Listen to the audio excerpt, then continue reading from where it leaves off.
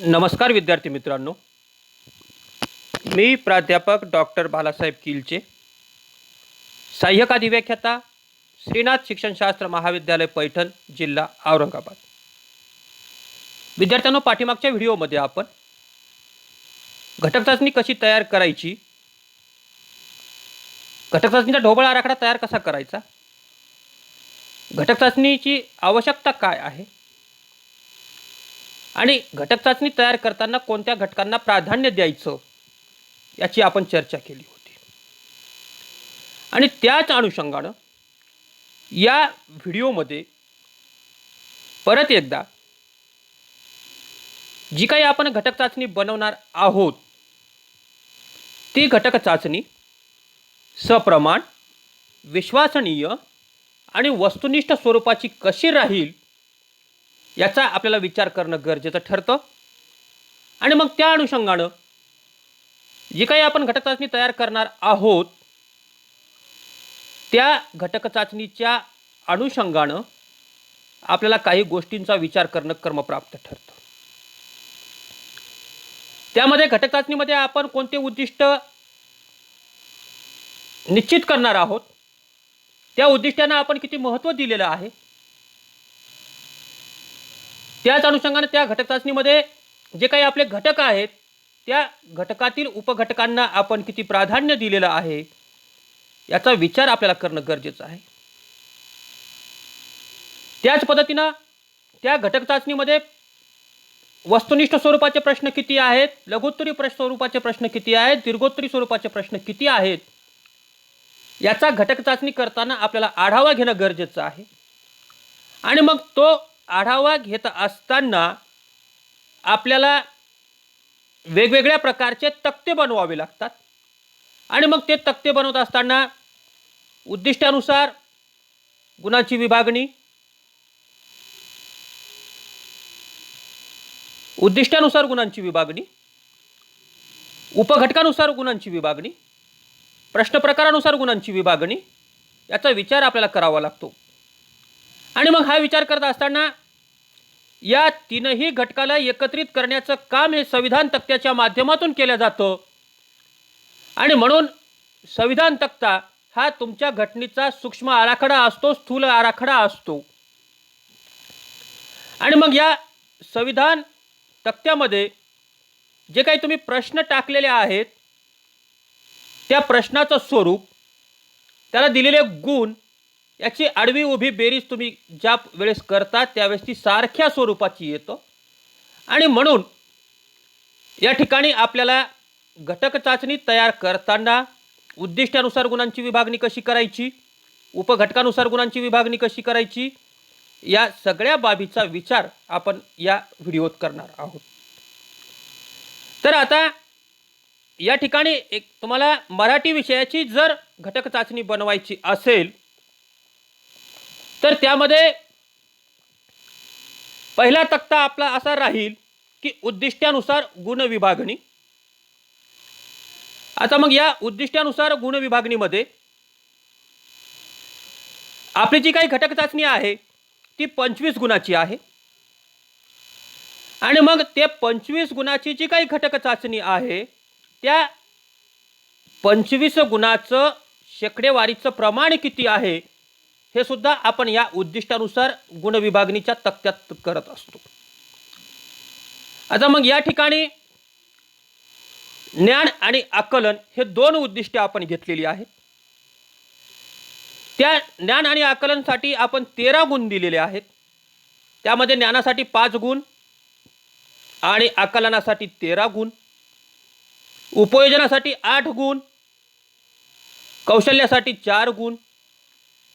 आणि मग या 25 गुणाची जर आपण शेकडेवारी काढली तर ज्ञान आणि आकलन या विषयावर 13 गुण आहेत आणि याची शेकडेवारी येतं 13.52%. त्याच्यानंतर उपयोजनावर आपण 8 गुण टाकलेले आहेत, त्याची टक्केवारी येतं 8.32. कौशल्यावर आपण 4 गुण टाकलेले आहेत, त्याची टक्केवारी येतं 16. आणि मग जे काही आपले 25 गुण आहेत, त्या 25 गुणाची शेकडेवारी जर आपण काढली तर ती 100 या ठिकाणी आपण आणलेली आहे. आणि मग मराठीतला जो काही पाठ्यघटक आपण निवडलेला आहे, जो काही उपघटक निवडलेला आहे, त्या उपघटकानुसार या ठिकाणी मी 3 उपघटक या ठिकाणी आपण घटक चाचणीत घेतलेले आहेत असं आपण समजायचं. आणि मग या 3 घटकामध्ये एका घटकाला आपण 8 गुण दिलेले आहेत, दुसऱ्या घटकाला 6 गुण दिलेले आहेत, तिसऱ्या घटकाला 11 गुण दिलेले आहेत आणि एकूण गुण आहेत आपले 25. मग याची टक्केवारी जर आपण काढली तर एका उपघटकामध्ये जो काही पहिला उपघटक आहे त्याची टक्केवारी 8×32, त्याच्यानंतर दुसऱ्या उपघटकाची टक्केवारी 6×24, तिसऱ्या उपघटकाची टक्केवारी 11×44. म्हणजे तुम्ही याची गुणाची जर बेरीज केली 8, 6, 14, 14 आणि 11 25, त्याच्यानंतर शेकडावारीची आपण जर बेरीज केली तर ती 100 येतं. त्याच्यानंतर आता मी प्रश्न प्रकारानुसार आपण घटकानुसार जर आपण त्या घटक चाचणीचं विश्लेषण केलं तर त्यामध्ये आपण घटक चाचणीमध्ये प्रामुख्याने दीर्घोत्तरी, लघुत्तरी आणि वस्तुनिष्ठ स्वरूपाचे प्रश्न असले पाहिजेत असं ठाम म्हटलेलं आहे. आणि मग त्या अनुषंगाने या घटक चाचणीमध्ये आपण दीर्घोत्तरी प्रश्नाला या ठिकाणी स्थान दिलेलं नाही, तर या घटक चाचणीमध्ये लघुत्तरी आणि वस्तुनिष्ठ स्वरूपाचे प्रश्न दिलेले आहेत. त्या वस्तुनिष्ठ आणि लघुत्तरी प्रश्नाची संख्या ही 16 आहे. आणि याची जर आपण टक्केवारी, गुणाची टक्केवारी जर काढली तर 18×72, 7×28 म्हणजे 100 गुणाचं होतं. आणि मग या सगळ्या बाबीचा ज्यावेळेस विचार केला त्यावेळेस जो काही आपण या 3ही घटकाचं एकत्रित विश्लेषण करण्याचं काम आपण संविधान तक्त्याच्या माध्यमातून करतो. आणि मग त्या आधारे संविधान तक्ता ही आपल्या घटक चाचणीची ब्ल्यूप्रिंट असतं. आणि मग या संविधान तक्त्यामध्ये हे जे काही तुम्हाला मी 3 घटक सांगितलेले आहेत, या 3ही घटकाचं प्रतिबिंब त्या संविधान तक्त्यात पडलेलं असतं. ते आपण पुढील प्रमाणे पाहू. आता हा जो काही संविधान तक्ता आहे त्या संविधान तक्त्यामध्ये एका बाजूला तुम्हाला उपघटक टाकायचे, दुसऱ्या बाजूला तुमचे जे काही उद्दिष्ट तुम्ही ठरवलेले असतील ते उद्दिष्ट, त्यामध्ये ज्ञान असेल, आकलन असेल, उपयोजन असेल, कौशल्य असतील आणि त्याला ऐकून किती गुण दिलेले आहेत. आणि त्या ज्ञानामध्ये दीर्घोत्तरी स्वरूपाचे किती प्रश्न आहेत, लघुत्तरी स्वरूपाचे किती प्रश्न आहेत, वस्तुनिष्ठ स्वरूपाचे किती प्रश्न आहेत. त्याच पद्धतीनं आकलनमध्ये सुद्धा दीर्घोत्तरी, लघुत्तरी, वस्तुनिष्ठ, उपयोजनमध्ये सुद्धा त्याच पद्धतीनं, कौशल्यामध्ये सुद्धा त्याच पद्धतीनं याचा आपल्याला विचार करणं गरजेचं ठरतं. आता या ठिकाणी 16 प्रश्न आहेत आणि जे काही वस्तुनिष्ठ पद्धतीचे जे काही प्रश्न आहेत त्या प्रश्नाला 1 गुण दिलेला आहे. लघुत्तरी स्वरूपाचे जे काही प्रश्न आहेत त्याला 2 गुण दिलेले आहेत. आणि या ठिकाणी माझा जो काही उपघटक आहे, पहिला उपघटक आहे माझा दौलत, त्याच्यावर ज्ञानावर मी एक वस्तुनिष्ठ स्वरूपाचा एक प्रश्न टाकलेला आहे. आकलनामध्ये लघुत्तरी स्वरूपाचा एक प्रश्न टाकलेला आहे. उपयोजनामध्ये लघुत्तरी स्वरूपाचा एक प्रश्न आहे, वस्तुनिष्ठ स्वरूपाचा एक आहे. कौशल्यामध्ये लघुत्तरी स्वरूपाचा एक प्रश्न आहे. उपघटक क्रमांक 2 घर, याच्यामध्ये ज्ञान या उद्दिष्टाच्या अनुषंगानं वस्तुनिष्ठ स्वरूपाचा एक प्रश्न आहे. आकलनामध्ये लघुत्तरी आणि वस्तुनिष्ठ असे 2 प्रश्न आहेत. उपयोजनामध्ये लघुत्तरी एक प्रश्न आहे, कौशल्यामध्ये प्रश्न नाही. त्याच्यानंतर तिसरा जो काही उपघटक आहे तो दमडी, याच्यामध्ये ज्ञान या पातळीवर लघुत्तरी स्वरूपाचा एक प्रश्न आहे, वस्तुनिष्ठ स्वरूपाचा एक प्रश्न आहे.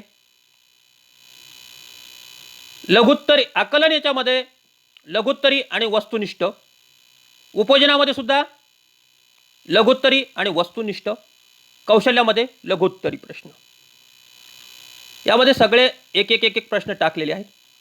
तर मित्रांनो, या तक्त्यामध्ये जे काही मी प्रश्नाचं स्वरूप टाकलेलं आहे ते जर प्रश्न जर मोजले तर त्या प्रश्नाची संख्या ही 16च भरते. याच्यामध्ये पहा आता 1 2 3 4 5 6 7 8 9 10 11 12 13 14 15 आणि 16 या ठिकाणी हे 16 प्रश्न आहेत. या ठिकाणी हे 16 प्रश्न आपण दिलेले आहेत.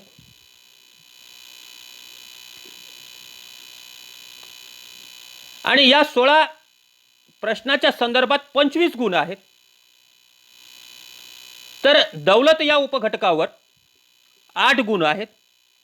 घर या उपघटकावर 6 गुण आहेत. दमडी या उपघटकावर 11 गुण आहेत. दमडी या उपघटकावर 11 गुण आहेत. आणि याची आडवी उभी जर तुम्ही बेरीज केली तर ज्ञान या पातळीवर लघुत्तरी स्वरूपाचा एक प्रश्न आहे आणि ज्ञान या पातळीवर वस्तुनिष्ठ स्वरूपाचे 3 प्रश्न आहेत. आकलनमध्ये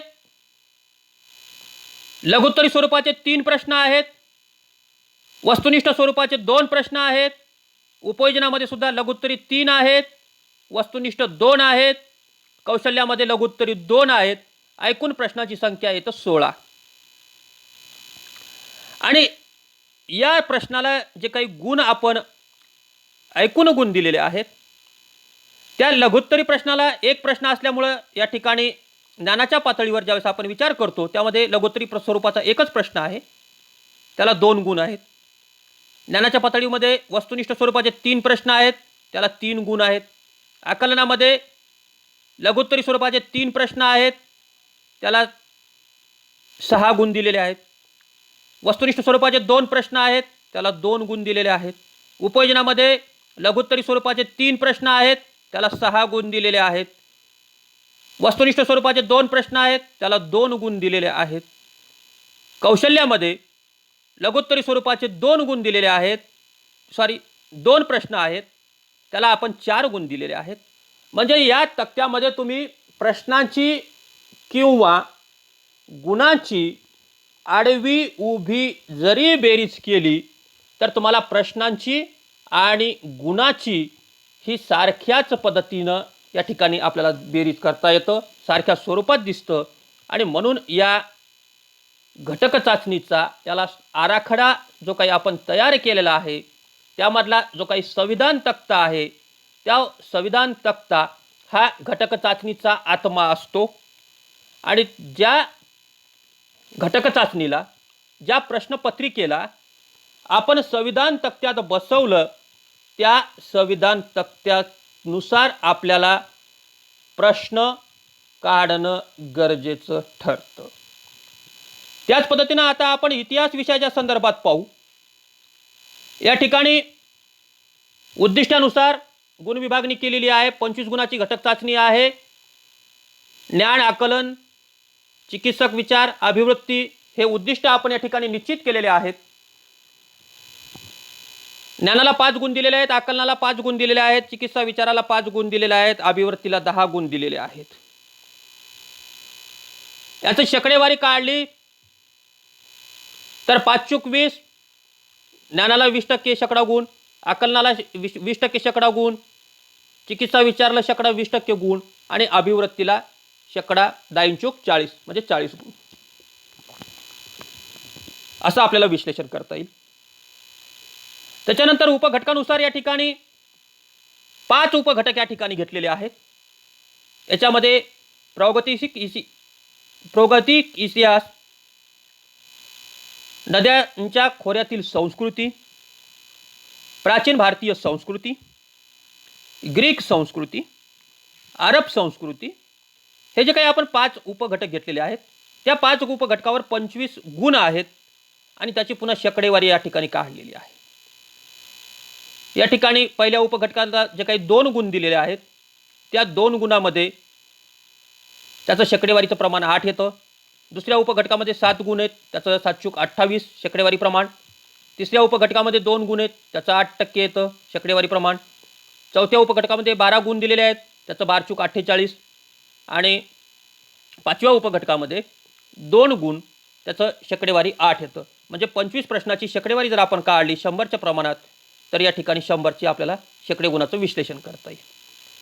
त्यानंतर या ठिकाणी प्रश्न पातळीवर ज्यावेळेस आपण विचार करतो त्यावेळेस दीर्घोत्तरी स्वरूपाचे 2 प्रश्न टाकलेले आहेत, लघुत्तरी स्वरूपाचे 2 प्रश्न टाकलेले आहेत, वस्तुनिष्ठ स्वरूपाचे 10 प्रश्न टाकलेले आहेत आणि या एकूण 14 प्रश्नांना या ठिकाणी आपण 25 गुण दिलेले आहेत. दीर्घोत्तरीला 2 प्रश्नाला प्रत्येकी 5 गुण म्हणजे 5 दोन्ही 10. त्याच्यानंतर लघुत्तरी 2 प्रश्न आहेत त्याला 5 गुण दिलेले आहेत आणि जे काही वस्तुनिष्ठ स्वरूपाचं जे काही 10 प्रश्न आहेत त्याला आपण 10 गुण दिलेले आहेत. त्याची शेकडेवारी जर काढली तर दीर्घोत्तरीची शेकडेवारी 10×40 40%, लघुत्तरीची 5×20 आणि वस्तुनिष्ठ स्वरूपाचे जे 10 प्रश्न आहेत त्यांची 10×40 म्हणजे 100%चं आपल्याला या ठिकाणी विश्लेषण करता येईल. आणि सगळ्यात महत्त्वाची गोष्ट म्हणजे या ठिकाणी जो काही संविधान तक्ता दिलेला आहे त्या संविधान तक्त्याचं ज्यावेळेस आपण विश्लेषण करतो त्यावेळेस या ठिकाणी कंसात प्रश्न आणि बाजूला जे काही आकडे दाखवलेले आहेत ते गुण या ठिकाणी दर्शवतात आणि त्याच्यामध्ये वस्तुनिष्ठ स्वरूपाचे, लघुत्तरी स्वरूपाचे, दीर्घ स्वरूपाचे किती प्रश्न आहेत, त्याला किती गुण दिलेले आहेत याचं या ठिकाणी सविस्तरपणे विश्लेषण करण्यात आलेलं आहे.